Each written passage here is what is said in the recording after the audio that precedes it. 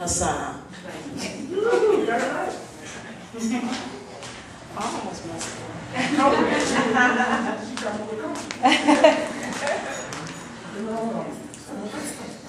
How y'all doing? All right. That's good. Okay. Let me make some room up here because I got a lot going on. Yeah. So, if y'all didn't know, it's kind of camouflage, but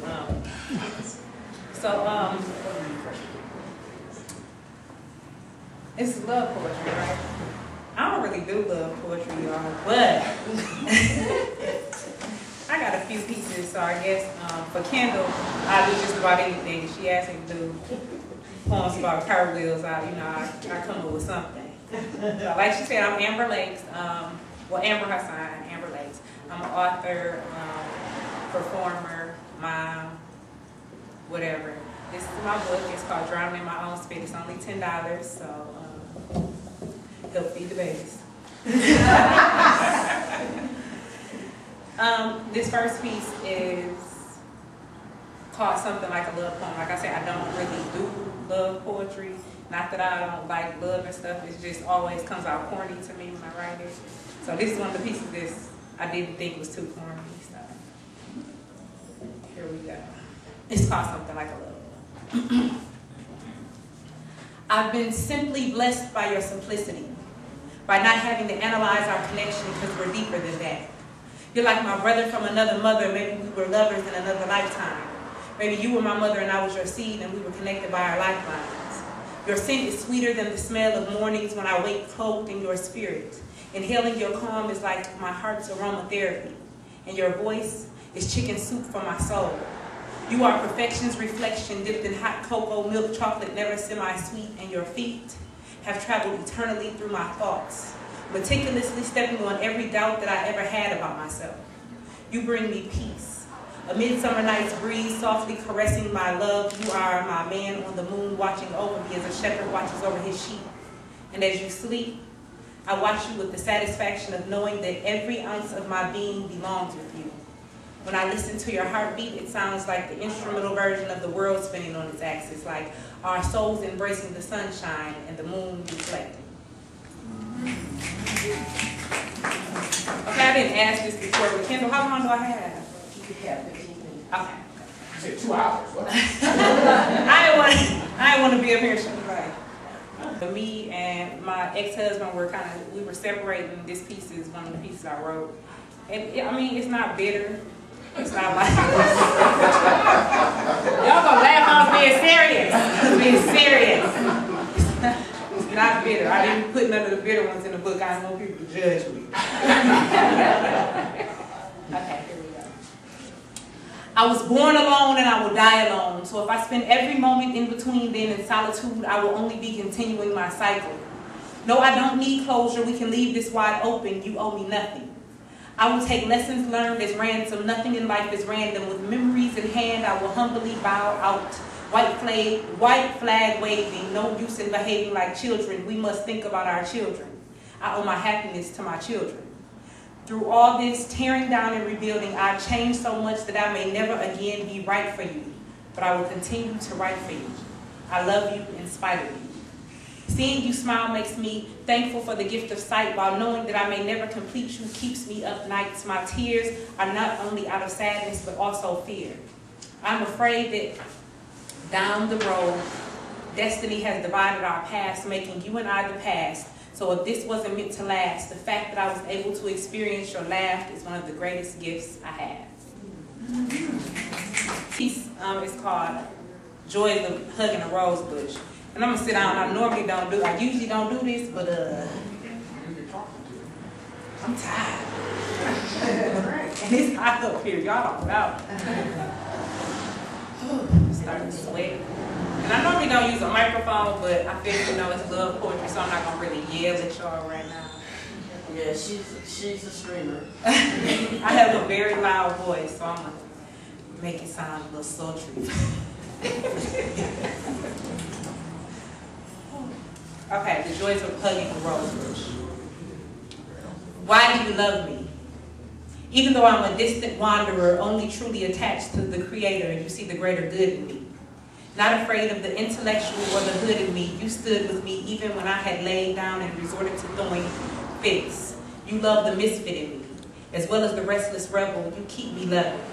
You think I'm special even when I am regular brown girl, even when I am a whirlwind of chaotic catastrophes. You find the smiles and the laughs in me. Overlooking my stubbornness and past tragedies, you doctor old wounds without questioning where they came from. You just want me to heal. You just want me to feel love. You just want to steal kisses and grant wishes, praying that kismet keeps us. I often contemplate forever, and I can never get past right now. I know my indecision scares you. I know my distant days tear you apart. I know your heart beats to complete me, and it breaks every time you realize that I will always be a work in progress. Mess and masterpiece, saint and sinner, I am a beginner at being.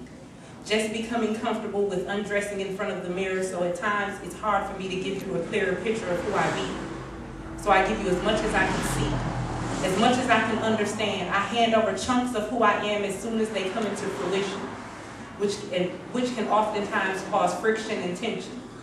I don't know if I could be in your position loving someone with my disposition, who only listens to her heart and her art, who is too smart to be so careless. But I am as bare as I can be. This is me, and you accept it. You don't always like it, but you never reject it. Even when my introspection leaves you feeling neglected, you never leave. You just love me as much as I leave room for, filling in the blanks and allowing me to bloom in my own season, while learning to be okay with who I am today. And the only thing that I can say is, why do you love me? We'll have me on YouTube. Somebody gonna pull their phone out like, they're gonna be like, the fat Muslim girl was stripping. Somebody reach. Then you reach that. That is Hold on, it's on the switch. bad. Don't let me know what kind of car you got outside. Might have some flats. This piece is untitled, and I actually just wrote this piece a couple of days ago, so if I stumble, forgive me. I'm not afraid anymore. I have gotten out of the habit of using common sense as my excuse not to become involved emotionally. But right now, I feel like totally taking off my coat of armor and submitting to a more. I just want to explore the option without stopping myself halfway. God led me down this pathway, so I'm praying for safe passage and pleasant journey. I think that I've fallen. Despite the caution signs, I keep walking and wanting more by the moment. How this happened is a mystery. I'm not sure how we got here, but this is where I want to be, and I'm not even afraid anymore. I don't even care if you share these sentiments, because love is in bloom, and this must be nirvana. And right now, I'm just enjoying everything about you. I may not speak the words, but I am too deep to be without you. So no matter how I tiptoe around it, the safety net is gone, and what is left is me and you, and I'm not even afraid anymore. Not scared of what may or may not transpire. I'm tired of being in love with you subliminally. You entice me mentally, please me physically, mesh with me spiritually. All of the fear in me has been removed and replaced with hope and wholehearted attempts at forever. Whatever that is. I just want to live in your presence, learning from our imperfections and growing by the second. My only weapons mean patience, love, trust, understanding, and forgiveness. I want to witness love in its entirety, so I'm closing my eyes, opening my heart, and letting go. And I'm not even afraid. And even if this all ends in disaster, I'm satisfied with how right now it feels. I'm willing to sacrifice my comfort for a genuine experience of being in love above boundaries or expectations and outside of the realm of reason and beyond the existence of fear. At least like them. It's called Words Can't Explain. You make me feel so inadequate, so average. I feel humbled in your presence like you were Jesus of Nazareth. I'm baffled. I never knew that love could be so effortless, yet hold so much prevalence. I hold you in the highest reverence, you're heaven sent. In spiritual, you exemplify divinity, my own holy trinity. I now understand serendipity. This was meant to be. I try to balance what I want for you and what I need. In me, God planted you precious seeds, but the fruit you bear isn't up to me. I feel helpless. I wish that I could help more, but I know that holding your hand for too long won't have you strong enough to stand on your own too. I realize that I don't own you. So at the end, I hope that you're better people because of what I've shown you.